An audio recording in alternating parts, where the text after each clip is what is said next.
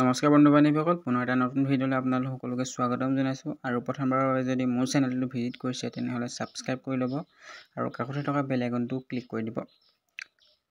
Agra labs recruitment 2024 ফালৰ পৰা কেইবাটাও পোষ্ট ওলাইছে। কি কৰিব লাগিব, কেনেকৈ অনলাইন কৰিব, সবিশেষ জানিবলৈ ভিডিঅ'টো শেষলৈকে চাই থাকিব। এলেগ্ৰা লেবছ গুৱাহাটী। লাষ্ট ডেটটো হ'ল 30 তাৰিখ November 2024। Software technology parks of India STPI আণ্ডাৰত কেইটামান পোষ্ট লৈছে। এক নম্বৰ পোষ্টটো হ'ল ফুল ষ্টেক ডেভেলপমেণ্ট পাইথনৰ। দুটা পোষ্ট আছে।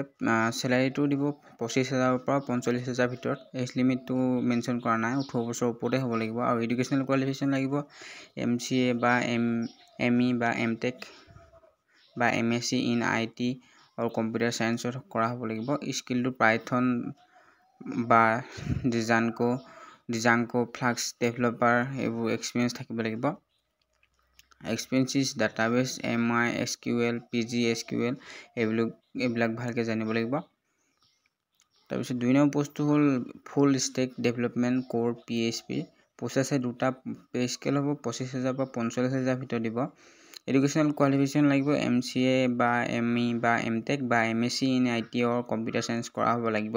স্কিলছ লাগিব required core PHP developer having expertise in object oriented and procedural programming. Minimum 2 বছৰ এক্সপিৰিয়েঞ্চ থাকিব লাগিব।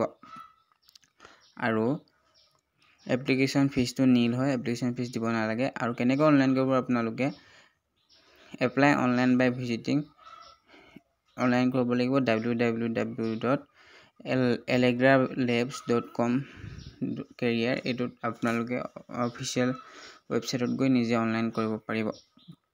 ধন্যবাদ।